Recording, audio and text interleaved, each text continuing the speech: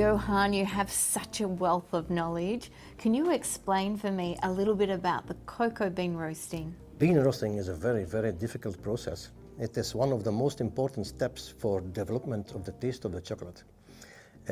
Roasting temperature and roasting time are from great importance. For example, when you roast at a low temperature, then the bean has a fruity taste.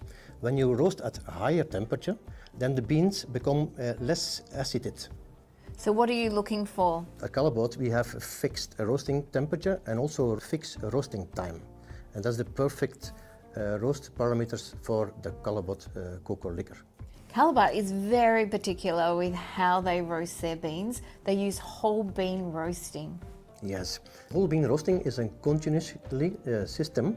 So we added continuously raw beans at the top of the roaster, and we continuously remove the roasted beans out of the roaster. So it's a continuously system. It's not a batch process. It's continuously coming out the roaster.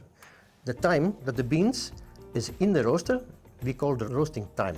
That's also very important. When this time is too long, the beans are over roasted.